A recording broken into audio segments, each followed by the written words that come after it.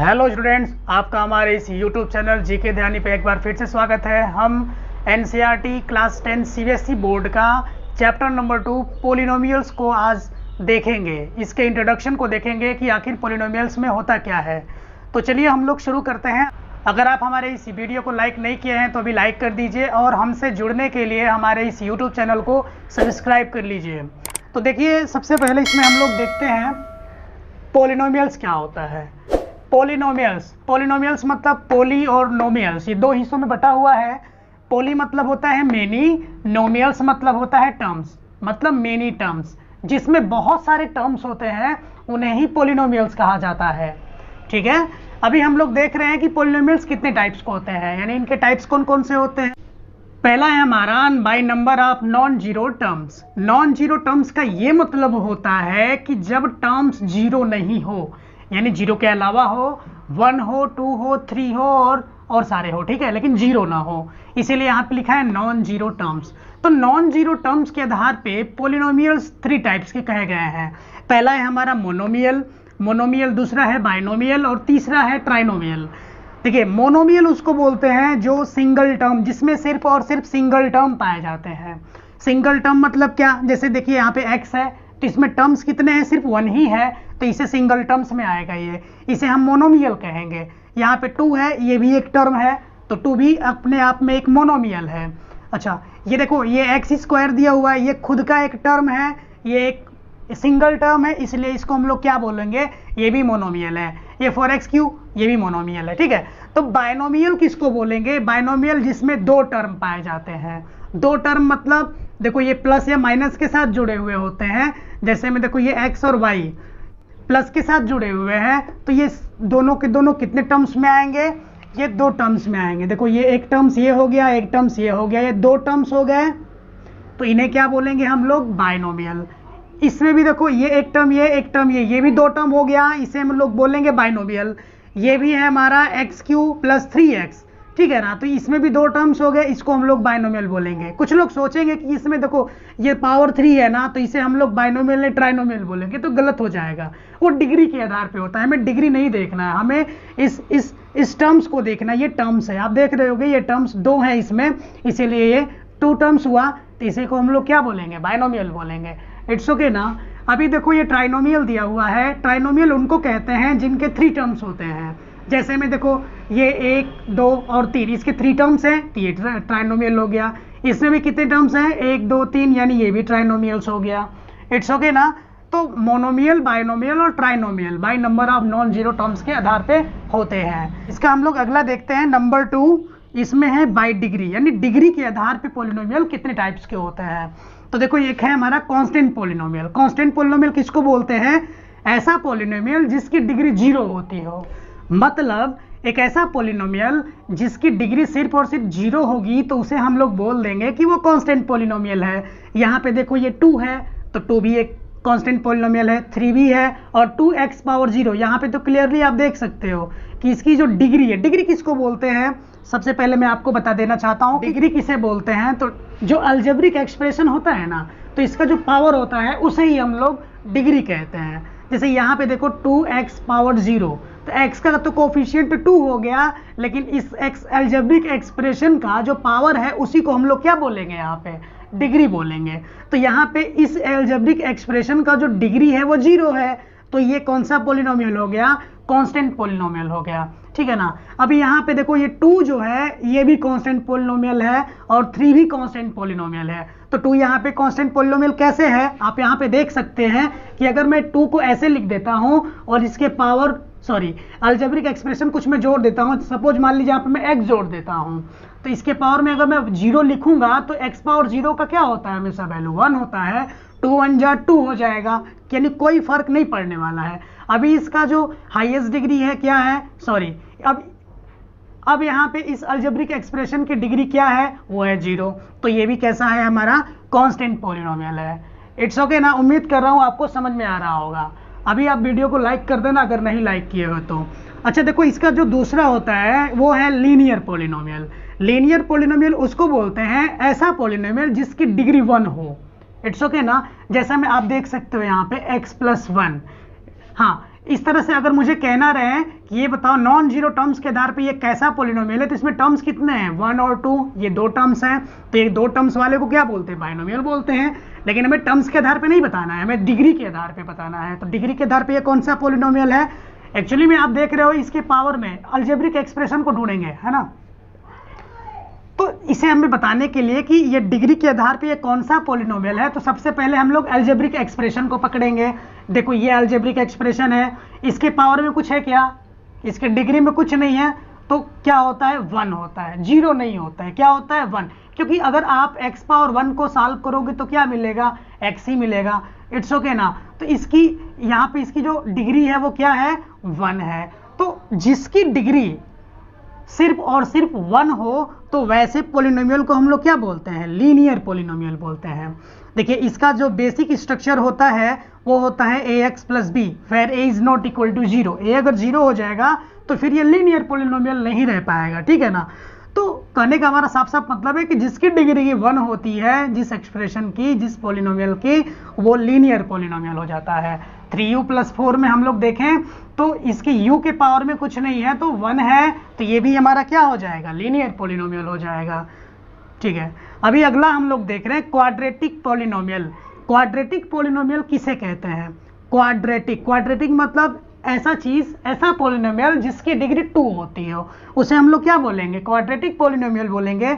जैसे मैं यहाँ पे आप इसको देखिए 2x स्क्वायर प्लस 5, तो x यानी अलजेब्रिक एक्सप्रेशन को आप सबसे पहले पकड़िए, इसकी जो डिग्री है वो क्या है, 2 है, यानी जिसकी डिग्री 2 हो जाएगी उसे हम लोग उस पॉलिनोमियल को क्या बोलेंगे, क्वाड्रेटिक पॉलिनोमियल बोलेंगे। अभी आप इसको देखो, ये 3x स्क्वायर अकेले ही है सिर्फ, ठीक है, लेकिन इसकी जो डिग्री है वो भी है क्या, 2 है, तो इसको भी हम लोग क्या बोलेंगे, भी क्वाड्रेटिक पॉलिनोमियल है। और इसका जो बेसिक स्ट्रक्चर होता है, देखिए ax square plus bx plus c where a is not equal to 0, ये इसका कुछ बेसिक स्ट्रक्चर होता है क्वाड्रेटिक पॉलिनोमियल का। इसका जो लास्ट वाला हम लोग बनाते हैं वो है क्यूबिक पॉलिनोमियल। एक्चुअली में लास्ट तो नहीं है, इसके बाद भी पॉलिनोमियल बनता है, लेकिन जो मेन है वो क्यूबिक तक ही आता है। इट्स ओके ना। तो cubic polynomial, the polynomial of degree 3, ऐसा पॉलिनोमियल जिसकी डिग्री 3 होती है उसे हम लोग क्या बोलते हैं, क्यूबिक पॉलिनोमियल। फॉर एग्जांपल में आप यहाँ पे देख सकते हैं 8x पावर 3, 8x पावर 3 में अलजेब्रिक एक्सप्रेशन का जो डिग्री है, अलजेब्रिक एक्सप्रेशन का जो डिग्री है वो क्या है, 3 है। मतलब ये कि ये 3 डिग्री का पॉलिनोमियल है, उसे हम लोग क्यूबिक पॉलिनोमियल बोलेंगे। ये भी क्यूबिक पॉलिनोमियल टोटल हो गया, ये भी क्यूबिक पॉलिनोमियल है।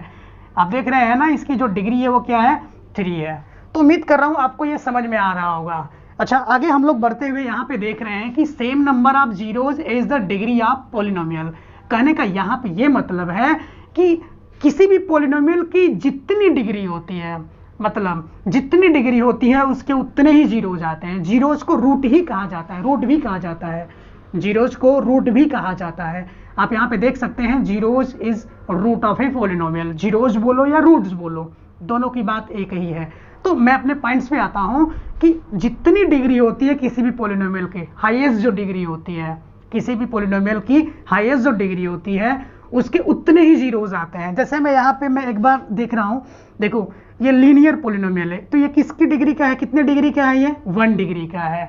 तो अगर ये 1 डिग्री का है तो इसकी एक ही जीरोज आएगी, मतलब एक ही रूट्स आएंगे। रूट्स क्या होते हैं, जो x की वैल्यूज होती हैं। अगर मैं इसको सॉल्व करूंगा 3u plus 4 is equal to 0 मान करके, तो ये u की वैल्यू -4/3 आएगी, मतलब एक ही वैल्यू आएगी। तो इसका डिग्री कितना था, 1, तो वैल्यू कितनी आई, सिर्फ और सिर्फ 1 आएगी। अगर मैं इस पॉलिनोमियल ऑफ डिग्री 2 को सॉल्व करने वाला हूं तो मुझे यहाँ पे 2 वैल्यूज मिलेंगी।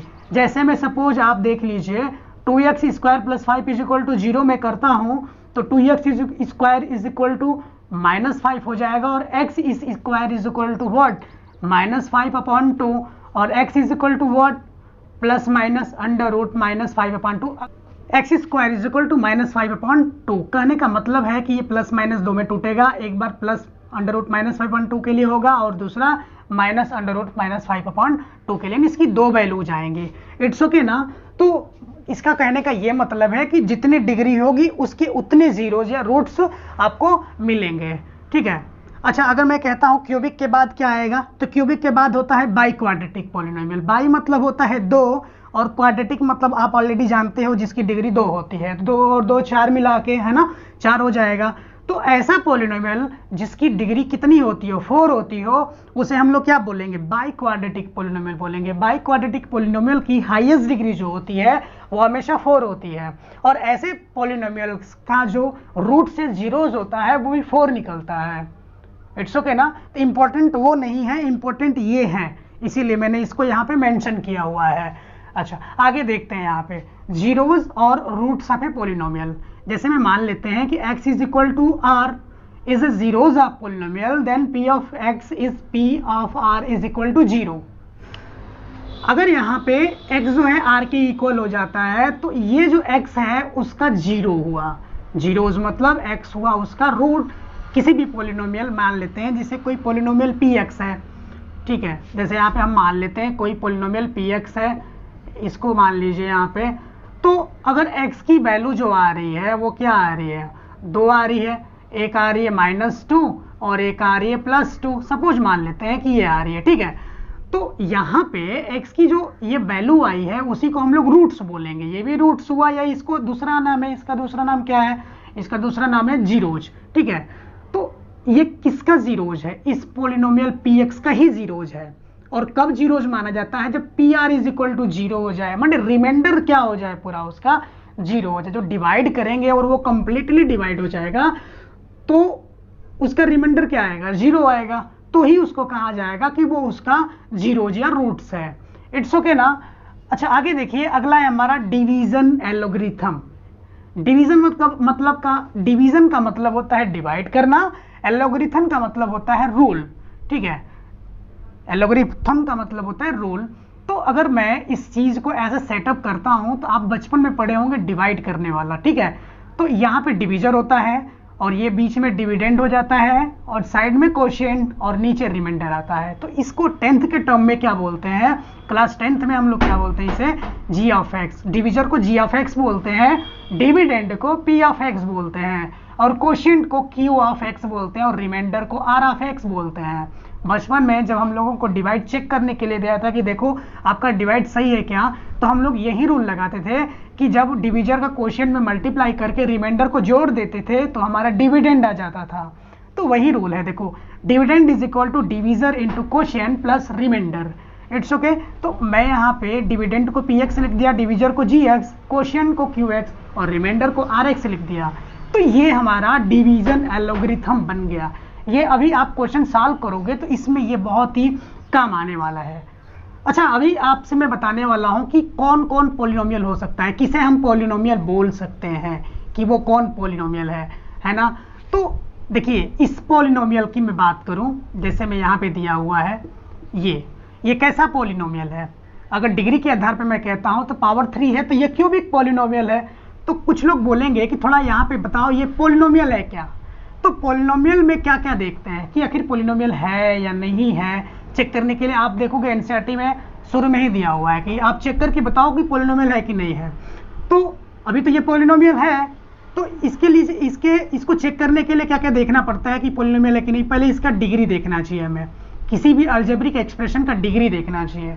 अगर डिग्री फ्रैक्शन के फॉर्म का हो, अगर डिग्री फ्रैक्शन के फॉर्म का हो, डेसिमल के फॉर्म का हो, या फिर निगेटिव में हो, ठीक है ना, फ्रैक्शन में हो, डेसिमल में हो, निगेटिव में हो, तो वो पॉलिनोमियल नहीं होता है, नॉट ए पॉलिनोमियल, ठीक है ना। वो उसको पॉलिनोमियल हम लोग नहीं बोलते हैं। याद रखना, सिर्फ और सिर्फ अलजेब्रिक एक्सप्रेशन की ही डिग्री देखना।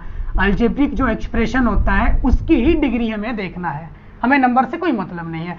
जैसा मैं यहाँ पे लिख देता हूँ फॉर एग्जाम्पल में कि बताइए ये √3 है और ये x है, और यहाँ पे दे दिया ये x² + 3। बताओ ये पॉलिनोमियल है क्या। तो बिल्कुल पॉलिनोमियल है, क्योंकि ये देखो ये फ्री है और इसके पावर जो है वो नॉन निगेटिव है, और फ्रैक्शन और डेसिमल में किसी में भी नहीं है, तो ये पॉलिनोमियल है। अच्छा, अगर इसी चीज को मैं ऐसे लिख देता हूं √x + 3, ठीक है, तो क्या ये पॉलिनोमियल है। ये बिल्कुल पॉलिनोमियल नहीं है, क्योंकि ये √x का मतलब होता है x का पावर हाफ। अगर मैं यहाँ पे लिखूंगा x पावर हाफ और ये +3 हो जाएगा, क्योंकि ये अंडर रूट का मतलब ही 2 होता है।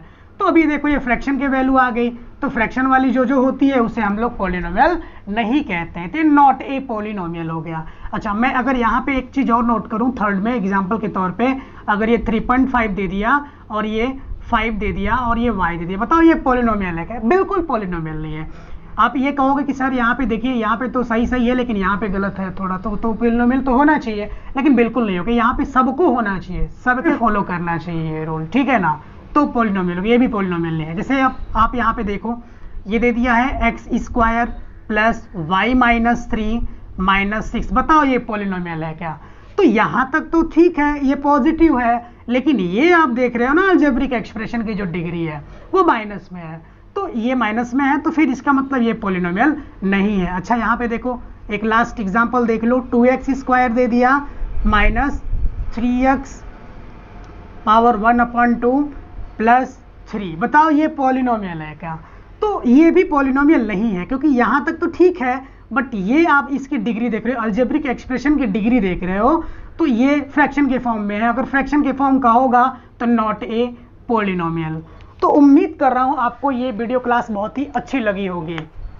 अगर ये क्लास आपको पसंद आई हो तो आप इस क्लास के लिए एक लाइक जरूर कर दें, और अगर आप हमारे इस YouTube चैनल पे पहली बार आए हुए हैं तो इस YouTube चैनल को सब्सक्राइब कर लें। तो मिलते हैं अगली किसी दूसरी क्लास में, तब तक के लिए थैंक यू।